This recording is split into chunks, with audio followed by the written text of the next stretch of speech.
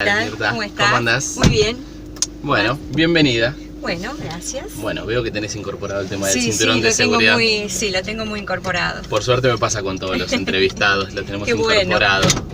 Yo hacía en la presentación que íbamos a hablar sobre la provincialización de La Pampa, que fue entre el 51 y el 52, pero me interesaba más que nada saber para este primer bloque el proceso previo hasta antes de la provincialización, o cómo era el gobierno de La Pampa, de quién dependía, quién mandaba. Bien. Bueno, de nosotros, como ya todo el mundo sabrá, digamos, después de lo que se ha llamado la campaña al desierto, que en realidad no fue una campaña al desierto, porque esto no era un desierto, lo que allí se produjo fue la quita, digamos, de todo este territorio que estaba en manos de las sociedades indígenas. A partir de ahí se sanciona en 1884 la ley 1532, que establece que los territorios ahora arrebatados a las sociedades indígenas, tanto en La Pampa, en Patagonia, en Chaco, pasan a ser territorios nacionales. Y entonces, como territorios nacionales, eso implicaba que no se podían elegir el gobernador, no se podían elegir representantes al Congreso Nacional, y solamente podían votar los territorianos a nivel municipal cuando la localidad tenía una población más o menos de 1000 habitantes, ¿sí? De 1000 habitantes en adelante. Pero también a veces no siempre eso se cumplía. Y en este caso el gobernador lo elegía directamente el presidente, proponía y el Congreso tenía que aprobarlo, pero también muchas veces por distintas rencillas internas de la administración y del gobierno nacional no se elegía gobernador. Entonces, ahí a veces el jefe de policía o algún otro funcionario que estaba en el territorio hacía las veces de gobernador. Esto obviamente perjudicaba no solo por el hecho de que no había derechos políticos para los habitantes de los territorios, sino que también todas las decisiones que se tomaban eran muy lentas, no se generaba la infraestructura necesaria o era muy lento, con mucha lentitud se hacían esas acciones en los territorios. Y en el caso de La Pampa, curiosamente es una de las provincias, o uno de los territorios nacionales, que muy tempranamente comienza con los reclamos provincialistas, a diferencia de otros territorios, ¿sí? Que teníamos muy pocos habitantes y claro. Ya comenzamos. Sí, igual La Pampa se pobló muy rápidamente. Entre fines del siglo XIX y los principios del XX, La Pampa se va a poblar muy rápidamente con población que viene, bueno, hay población indígena que vuelve a restablecerse, que queda después en el territorio asentada, hay criollos, digamos, población criolla que viene de otras provincias vecinas, y después, bueno, un caudal importante de inmigrantes extranjeros. Entonces, ya para el censo de 1914 se esperaba que La Pampa tuviera 60.000 habitantes, porque la ley decía que si el territorio llegaba a 60.000 habitantes, se podía provincializar. Bueno, eso se retrasó, pero La Pampa rápidamente igual tuvo una cantidad importante, superó en pocos años, a inicios del siglo XX, esa cifra, pero no obstante eso, no se provincializó. No. Pese a que hubo muchos reclamos, ¿sí? Yo te decía que muy tempranamente, en la década de 1910, ya hay muchos intentos, se hacen marchas, se hacen motines, se hacen petitorios, bueno, se hacen una cantidad importante de acciones, tanto a nivel local como nacional, en Buenos Aires, pero bueno, la provincialización no se logra. Hay después un movimiento bastante fuerte, sobre todo en la presidencia de Irigoyen y en la segunda presidencia de Irigoyen, pero bueno, tampoco se logró que sea provincia, a pesar de que desde el sector radical del Irigoyen, vinculado al irigoyenismo, se hicieron muchas acciones en ese sentido. Y después en los años 30, con el golpe de Estado, obviamente esa situación se estancó hasta que, bueno, comienza después a fines de los 40, ya con el peronismo sobre todo, ¿no? En el gobierno nacional. Algunos nombres que fueron importantes en ese proceso previo a la provincialización, que hoy por ahí estamos acostumbrados a ver en calles, pero ¿quiénes son, por ejemplo, quienes participaron o quienes lucharon hasta antes de que La Pampa sea provincia? Bueno, José Luro fue uno, Pedro Luro, perdón, José fue gobernador, pero sobre todo Pedro Luro fue uno de los que estaba sumamente interesado en este proceso de que La Pampa sea provincia, apoyado también por las relaciones de amistad y otras relaciones que él tenía también políticas, digamos, con Tomás Mason, el fundador de Santa Rosa. Sí. Y después durante la época del radicalismo, y hay varios, pero quizás uno de los más emblemáticos representantes fue Grassi, ¿no? que él, Orizaola Roldán también, pero sobre todo Grassi, fue uno de los principales defensores de que La Pampa se convierta en provincia. ¿Ya tenía estos límites? ¿La provincia de La Pampa los tuvo así desde siempre? Sí, en general la provincia, básicamente, cuando comienza este proceso de mensurar las tierras para comenzar a entregarlas a fines del siglo XIX, va adquiriendo la estructura, los límites más o menos que tiene hasta ahora. Si bien después cambiaron las circunscripciones internas, eso sí ha ido cambiando con el tiempo. Bueno, incluso desde el fundador, Manuel J. Campos, de General Hacha, recordemos que General Hacha fue la primera capital del territorio, bueno, ahí también se delineaba o se proponía con mayor fuerza la creación o la división de La Pampa y la creación de una nueva provincia, ¿no? Que esa nueva provincia tomaría lo que sería el sureste de la provincia de La Pampa, el sur de provincia de Buenos Aires e incluso el norte de Río Negro.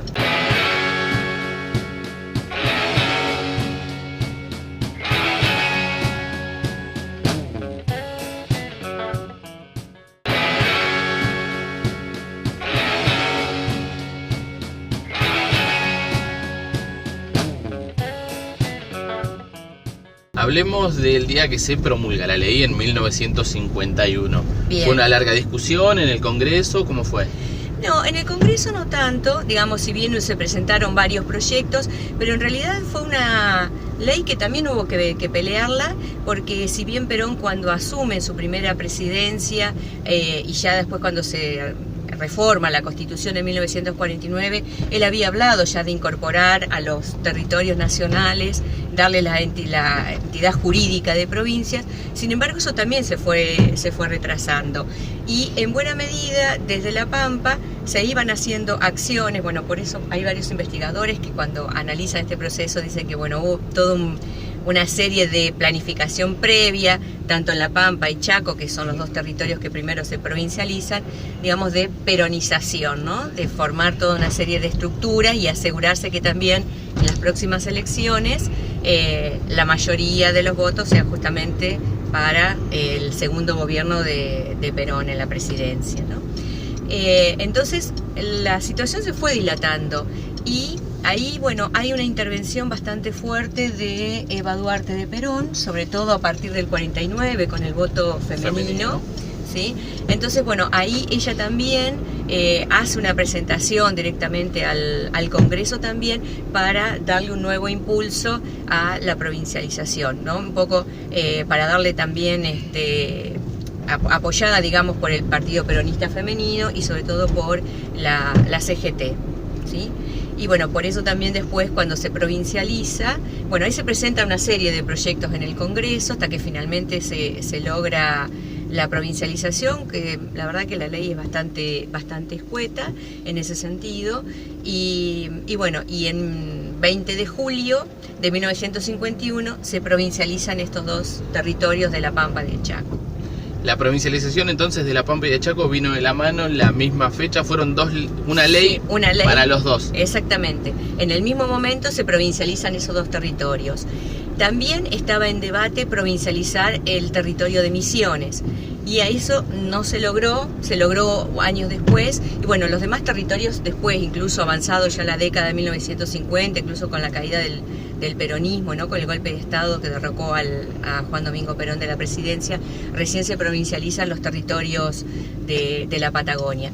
En este caso Misiones no, y bueno, ahí hay una serie de especulaciones. En el Congreso también algunos planteaban que por ahí no era conveniente provincializar Misiones porque tiene muchas fronteras con otros países limítrofes, cosa que no tiene La Pampa ni Chaco, ¿no? Entonces, bueno, que eso jugaba ahí también una situación particular y que bueno, que había que ver cómo en ese contexto se daba la provincialización. Y hay otros investigadores que plantean que en realidad no estaba muy seguro, o más bien que el peronismo no ganaría las elecciones allí, entonces por eso también retrasaron esa provincialización un par de años. Me quedé con lo que dijiste de las diferencias entre un gobierno elegido por el gobierno central a tener su propio gobernador. ¿Cómo era interactuar entre provincia y Santa Rosa, que todavía no éramos provincia, entre territorio nacional y la capital de ese territorio, cuando Santa Rosa sí tenía un intendente elegido por el pueblo. Claro, pero también hay que pensar que muchas veces, digamos, en realidad lo que habían eran consejos deliberantes, ¿no? No estaba la estructura actual que nosotros conocemos en los municipios, porque se elegía un consejo municipal y ese consejo estaba integrado por 5 personas que, bueno, estaban ad honorem, y uno de ellos, entre esos 5, uno se elegía como presidente del consejo. Entonces, y llevaba a cabo las funciones ejecutivas, digamos, pero no estaba dividido como consejo deliberante, poder ejecutivo deliberativo como hay no es como ahora en la actualidad. El tema es que ahí, bueno, eso se lograba, como te decía hoy, una vez que la localidad tenía 1000 habitantes como mínimo, tenía que hacer el pedido, bueno, y eso también a veces demoraba, que efectivamente se pudiera concretar. Y muchas veces también lo que pasaba era que las elecciones se hacían anualmente y se elegían por partes, se iba renovando ese consejo municipal, ¿no? Pero a veces los padrones no estaban a tiempo por distintos motivos, o porque al gobierno central no le convenía que ganara determinado partido. De hecho, bueno, el socialismo tuvo en los años 20 una vigencia bastante prolongada en el municipio de Santa Rosa. Entonces, bueno, no estaban las condiciones, digamos, burocráticas, legales para poder hacer las elecciones, o renunciaban y entonces se quedaban no tenían el quórum necesario para funcionar, o en otros casos directamente el gobierno los intervenía, ¿no? De hecho, en 1943, por ejemplo, cuando el golpe militar, dejan de funcionar todos los municipios en todos los territorios, y no hay más elecciones a nivel municipal hasta después de la provincialización, por ejemplo, ¿sí? Llegamos a enero de 1952, entra en vigencia la ley, la provincialización, pero no éramos La Pampa. No, en realidad, claro, el apuro también para sancionar después la ley que provincializa La Pampa y a Chaco tiene que ver con que en 1951, en noviembre, se daba la reelección de Perón, ¿no? Y entonces, bueno, ahí él de hecho tuvo una cantidad importante de votos en el sector femenino, que mayoritariamente votaron a favor del peronismo, y también los territorianos, ya sea de La Pampa y de Chaco. En La Pampa se había presentado el radicalismo, pero para que tengas una idea, a nivel nacional, la fórmula de la reelección de Perón tuvo un poco más del 74% de votos contra un 24% del radicalismo, y el socialismo y el comunismo tuvieron muy poca cantidad de sufragios, ¿no? Entonces, eso también sirvió como un parámetro, ¿sí?, para después seguir adelante con este proceso de provincialización. En enero de 1952, ahí se reúne la convención provincial, que justamente con las elecciones presidenciales también se habían elegido los convencionales. Y ahí se había presentado también el radicalismo, pero como yo te decía, con la cantidad de votos, y como el sistema era uninominal, no era proporcional, entonces todos los convencionales fueron del partido peronista. Y ahí la particularidad que va a tener el caso de La Pampa es que se respetó bastante la división interna que tenía el peronismo, ¿no? Un representante del partido peronista masculino, partido peronista femenino, y lo que sería la rama sindical, ¿no? CGT, sobre todo la rama sindical. Sí. Hubo un equilibrio bastante importante en ese sentido.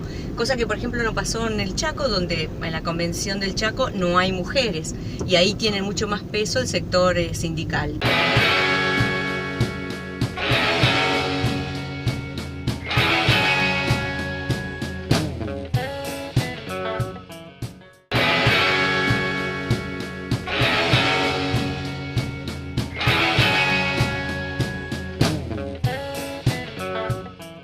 En enero de 1952 se reúne la convención, se sanciona la Constitución, no tienen mucho, están más o menos una semana sesionando. Ellos ya tenían como un formato delineado que venía del poder central, y sobre todo muy ajustado también a lo que había sido el formato y los requisitos internos, digamos, los derechos internos que se habían elaborado para la Constitución de 1949. De todas maneras, cada territorio le va dando su impronta también a la Constitución provincial, ¿no? Y en una de las últimas sesiones de la convención, una vez que ya está redactada el borrador y el formato final, digamos, de la Constitución, justamente son las mujeres del Partido Peronista Femenino quienes proponen que La Pampa se denomine provincia de Eva Perón. Bueno, esto se acepta por unanimidad, porque además todos los concejales, todos los legisladores en ese momento eran de ese partido. Obviamente aceptaron. Así que aceptaron. Pero se demoró bastante, igual después las elecciones a nivel provincial. Bueno, y junto con en el 52 también, junto con la provincialización, ahí también se da a los territorianos, digamos, pueden acceder a una petición que ya venía de hace mucho tiempo, que era que quien estuviera al frente de la gobernación sea alguna persona nacida o con una prolongada permanencia en el territorio, ¿no? Porque eso también permitía que conocía el territorio, las particularidades que había y evitar esa inestabilidad que tenían los funcionarios en la gobernación. Y así se elige a Neveu, Juan Carlos Neveu, que en realidad él había empezado su militancia en el radicalismo, después se mudó a General Pico, estuvo en el Consejo Municipal de General Pico, después él se había mudado a provincia de Buenos Aires y allí conoció a Juan Duarte, el hermano de Eva Duarte, y estaba ya trabajando como funcionario. Entonces eligen, también un poco accediendo a esta petición de La Pampa, eligen, digamos, a este funcionario como nuevo interventor organizador hasta las elecciones. Pero bueno, ahí hay una serie también de conflictos entre el interventor del Partido Peronista y Neveu, que termina finalmente en una situación bastante complicada, digamos. Internamente hubo muchos conflictos también para organizar el peronismo a nivel de lo que sería la reciente provincia de Eva Perón y bueno, ex territorio nacional de La Pampa. Neveu ahí termina también renunciando y entonces viene un médico que venía de provincia de Buenos Aires, que es Peláez, que es el que termina la última etapa del proceso hasta las elecciones. ¿Cuándo fueron las primeras elecciones como provincia de Eva Perón? Las elecciones se dan en 1953, si no me equivoco, a principios de abril de 1953, y ahí se elige la fórmula Ananí Ardoain, ¿sí? Y además el peronismo fue el único partido que se presentó en esas elecciones. El resto de los partidos no presentaron ningún tipo de propuesta. Por eso también que todos los legisladores fueron del mismo partido, y ahí también en la primera legislatura, la primera Cámara de Diputados, también se respetó bastante la proporcionalidad que yo te decía hoy, ¿no? El sector masculino, el sector femenino y los gremialistas o el sindicalismo, ¿no? ¿Fue un hecho tan importante como lo vemos hoy a la distancia? ¿Los habitantes de aquel momento lo tomaron como algo tan importante que pasemos a ser provincia autónoma, digamos?